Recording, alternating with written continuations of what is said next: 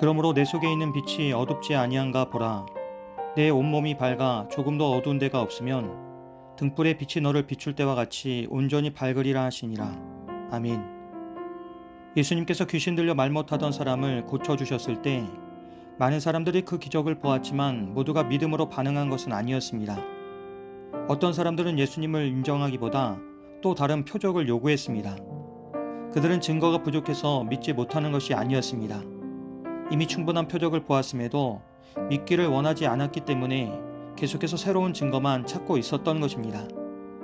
그래서 예수님은 그들을 향해 이 세대는 악한 세대라고 말씀하십니다. 여기서 악하다는 것은 단순히 도덕적으로 나쁘다는 의미만이 아닙니다. 하나님께서 이미 보여주신 은혜와 진리를 받아들이지 않고 거부하는 완고한 마음을 가리킵니다. 예수님은 그들에게 요나의 표적밖에는 보일 표적이 없다고 말씀하십니다. 요나는 하나님의 말씀을 듣고 니느웨로 갔던 선지자였습니다.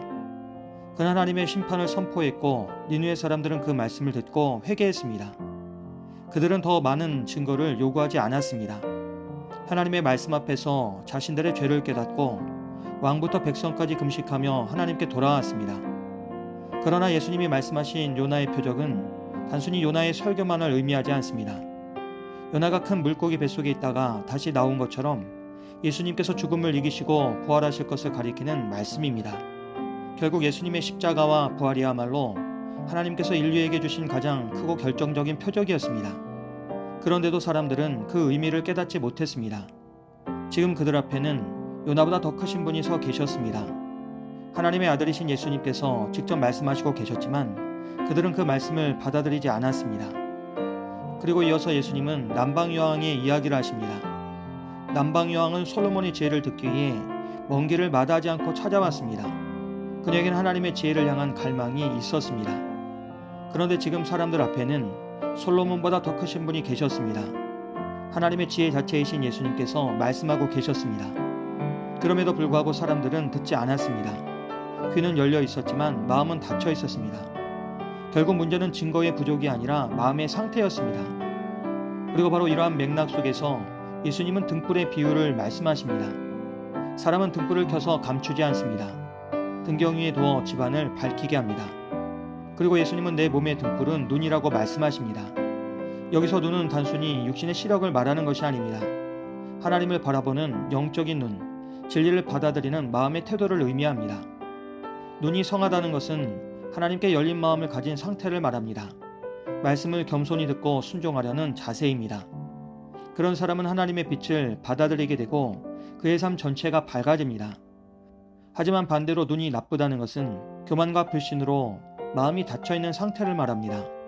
그래서 빛이 가까이 있어도 보지 못하고 말씀이 선포되어도 받아들이지 못합니다. 결국 영혼은 어두워지고 삶의 방향도 흐려집니다.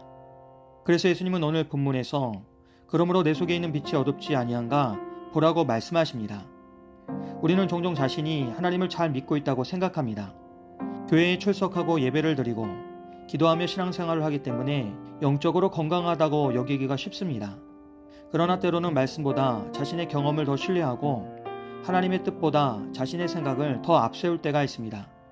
또한 오래된 고정관념과 자기의에 사로잡혀서 하나님께서 보여주시는 진리를 보지 못할 때도 있습니다.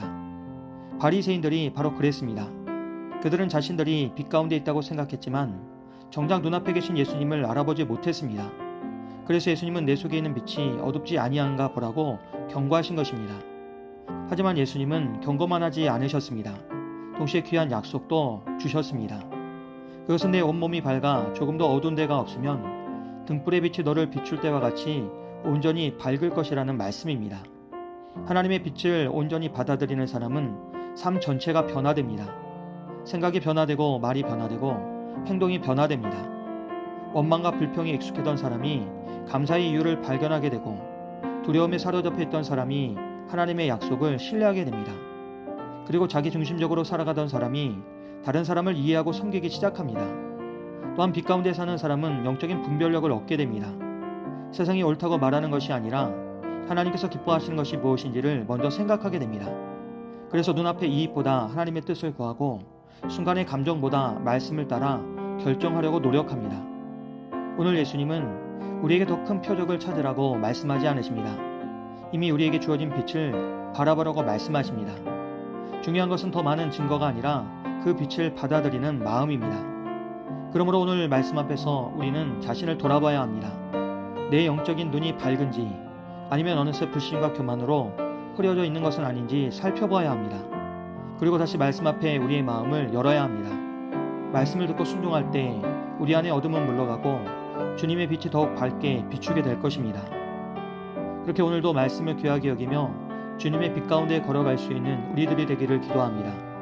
그리하여 우리의 삶이 예수 그리스도를 드러내는 등불이 되고 하나님께 영광 돌리는 복된 삶이 되기를 주님의 이름으로 기도합니다. 빛 대신 하나님, 우리에게 말씀의 빛을 비추어 주시니 감사합니다. 우리의 눈과 마음을 밝게 하셔서 하나님의 뜻을 바로 보고 분별할 수 있도록 도와주시옵소서. 그래서 우리가 늘 빛 가운데 살아가게 하시고 우리를 통해 하나님의 사랑과 진리가 세상 가운데 드러나게 도와주시옵소서. 예수님의 이름으로 기도합니다. 아멘.